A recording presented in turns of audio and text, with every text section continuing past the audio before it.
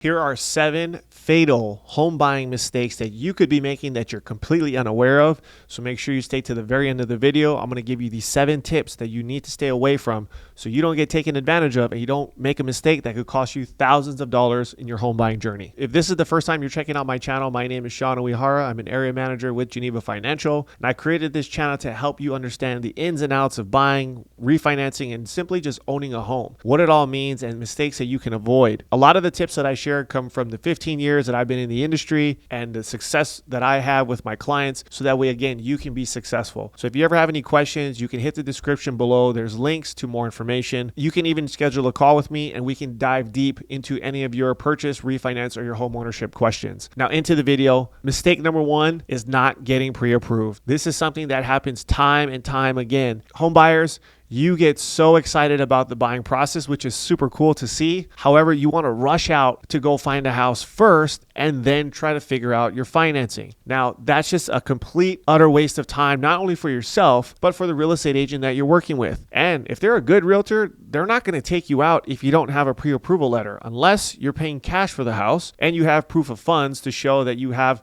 hundreds of thousands, if not millions of dollars in your bank account and you can afford to buy the house. But first and foremost, the biggest mistake you can make is not getting qualified before you go out and start to look at your house. Now, why you want to get pre-approved is because as a first-time home buyer, you need to understand where you are in the process. How much is this house that you love so much going to cost you? What's the down payment going to look like? How much cash to close do you need? And the most important thing, what is the monthly payment and what is the best strategy for you to acquire this property? Is it a 30-year fixed mortgage, or is it some other type of financing that's available these days that can get you into your house and help you manage your property? Now, the 2 things you need to be aware of is a pre-qualification and a pre-approval. A pre-qualification holds no weight in the mortgage industry. It's really just a verbal conversation that you have with a lender. They might ask you some questions about your credit, how much money you make, and then they'll generate a letter that will let you go and shop for a home. But remember, that doesn't amount to nothing. You want to make sure that the lender that you're working with is doing a pre-approval. That's when they take a look at your credit. They're going to ask you for your income docs, your pay stubs, tax returns, bank statements, driver's license. They're going to ask you for a bunch of paperwork. So remember, don't feel that they're being invasive by asking you for this information. Just know that it is part of the process and it's something that they have to have in order to get you qualified so you can go shop for your house. So don't butt heads with the lender at that point. Make sure you get them what they need. If anything, here's a cheat sheet of some of the items that you're going to need. So make sure you stop this video, write the information down so you can make your lender's life easy and they can knock out the pre-approval for you so you can get out shopping for your home that much faster. Mistake number 2 is you're skipping the home inspection.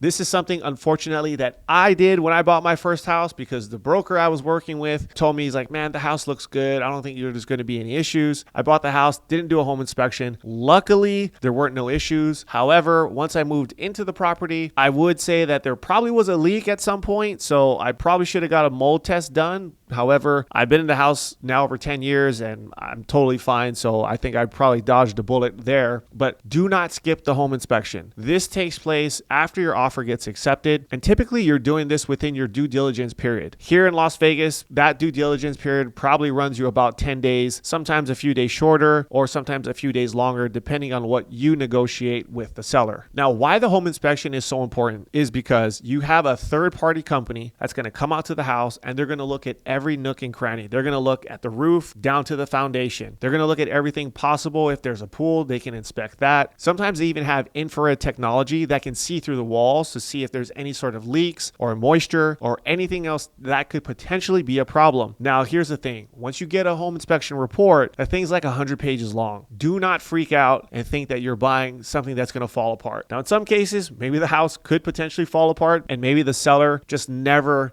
kept up the property. However, when you start digging into the home inspection, you'll start to see that they will list everything, like chipping paint. Maybe the outlet needs to be fixed. Maybe one of the shingles on the roof is a little loose. They're going to point out everything, which is okay. But that now gives you an opportunity to go back to the seller and ask them to either fix the items, or they can give you a credit based on the work that needs to be done to the house. Or last but not least, you can decide to pay for yourself, or you can say, you know what, I'm out, I'm not doing this, and back out of the transaction. So make sure you get a home inspection. They typically run a few $100 depending on the size of the house. You could be paying $300 to $500. And again, depending on how much work and depending on any other additional features that you have the home inspector inspect, that could also cost a little more. That is probably the best amount of $300, $500, $600 that you will spend to buy your house to make sure that you're not buying someone else's problem. Mistake number 3 is ignoring the neighborhood. You get so excited, you're out looking at houses and you're just buying the house because you love the floor plan or you just love the way it looks. But you have to remember that you're buying the neighborhood. When you go and look at a property, look at the neighbors. What kind of cars do they drive? If there's an HOA or not an HOA, do they have cars just parked outside of the front yard? I've seen houses with neighbors that have multiple cars outside and you just see all the oil stains on the driveway, and that just looks horrible. Not only for you to come home to every day, but think about it if that homeowner is still there when you decide to sell your house. It's not that appealing when you're walking up to a house that's just messy. Make sure you're looking at the crime in the area. A lot of this data is public information. You can look up the crime statistics. You can look up the schools that are in the area, especially if you have children. What schools are they zoned for? Is it a good elementary school? Is it a good middle school? Take the time to do this research, because once you buy the house, you may not be in a position to sell it that quickly. Depending on what happens to the market, this could be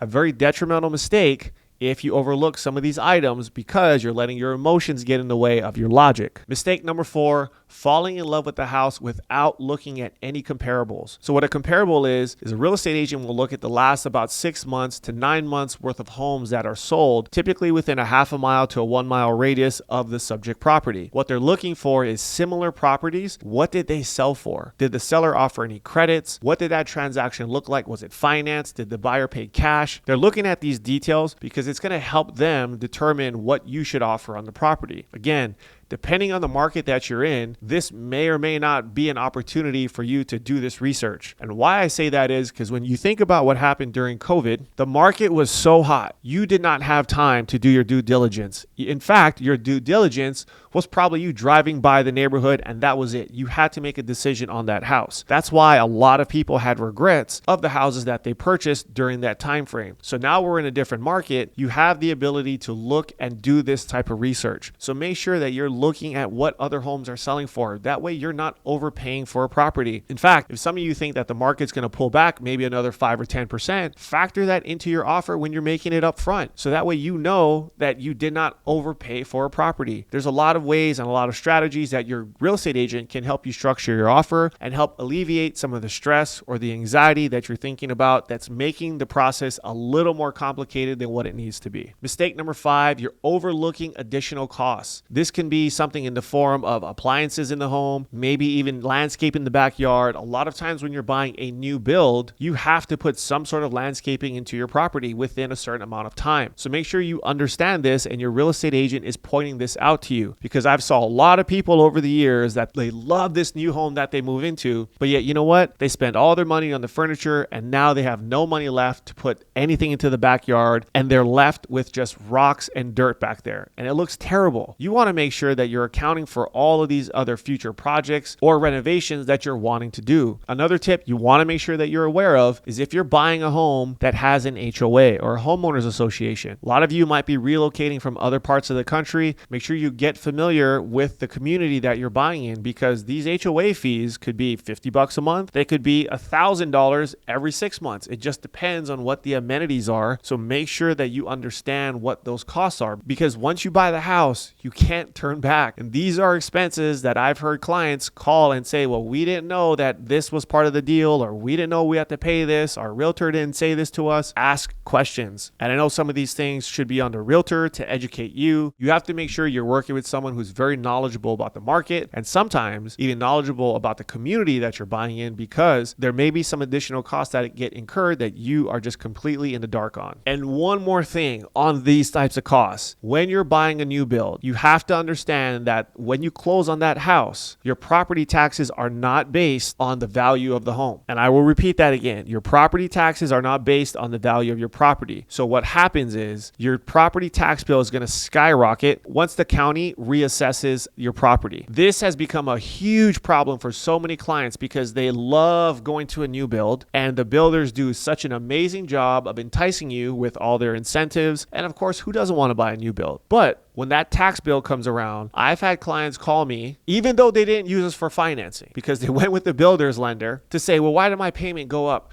$300, $400? Well, it was your taxes. Of course, no one explains that to them. And now they're upset because no one educated them on the process. But this is why you cannot get so emotionally attached to the transaction. Yes, buying a home could be your dream, could be your dream to get into a new house. But you have to remember to think about the entire process, look for these errors, and look for these types of pitfalls that could potentially come up, because when they do, it's going to hurt a lot more if you were in the dark. No one helped you, no one educated you, and you have no one by your side to answer these questions because the builder's lender is not going to do that for you. They're moved on. And if your realtor isn't going to be a realtor that's going to be by your side for the rest of your life, what do they care? They're going to move on to the next deal. And you know what? They're not going to have any way of getting a hold of the lender to explain that to you. And unfortunately, you're going to be stuck. Mistake number 6, not negotiating. This is something that happens quite often in the industry. A lot of times real estate agents are making these offers. They're looking at the comps to decide what the seller will accept on a property for you. But when it comes to negotiating, I see this happen so many times. The seller will come back with a counter offer and then the buyer will just accept the counter offer. In my opinion, that's not negotiating. That just means you just accepted whatever the seller wanted you to take. So unless you have a strategy with your buyer's agent where you guys are coming up with a plan as to what you're willing to pay, what costs you're also willing to pay, your closing costs, these are some of the things you have to have discussions on. And you're not just writing blind offers, because when the market gets hot and heavy, I can tell you there's zero negotiating that goes on, because the realtor that represents the buyer, all they care about is getting a deal done. So you're really conceding to the seller. And in my opinion, that's not negotiating. You're literally laying over to give them whatever they want. But make sure you have somebody that's going to be in your corner that's going to fight for you.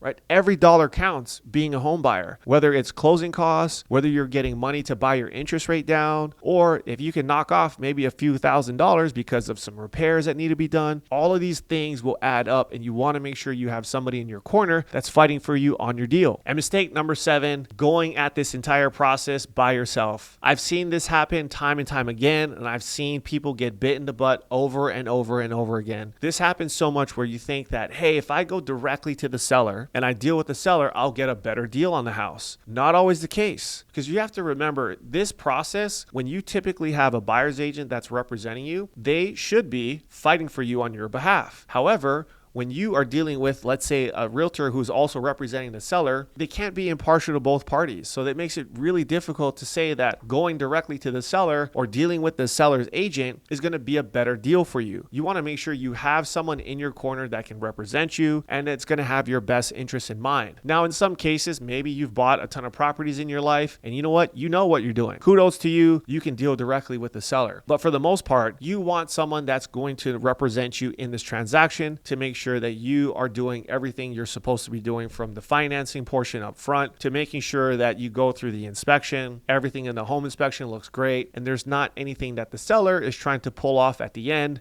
Maybe they took some appliances out of the house. Maybe they removed some of the fixtures that should have been there before closing, but you didn't know to ask, or you didn't catch that at the final signing. So there's a million things that can go sideways in a real estate transaction. I always think it's best to have someone that's in your corner that's going to represent you, not only from the lending standpoint, but also from the real estate side. Those are 7 fatal mistakes I see buyers make all the time. Do not commit those mistakes. And if you have any questions, don't forget, you can always send us an email. My team is here to help you get into your home, manage your mortgage properly, and be successful in this real estate game. So share this with a friend so they can avoid making any of these mistakes, and I'll see you on the next video.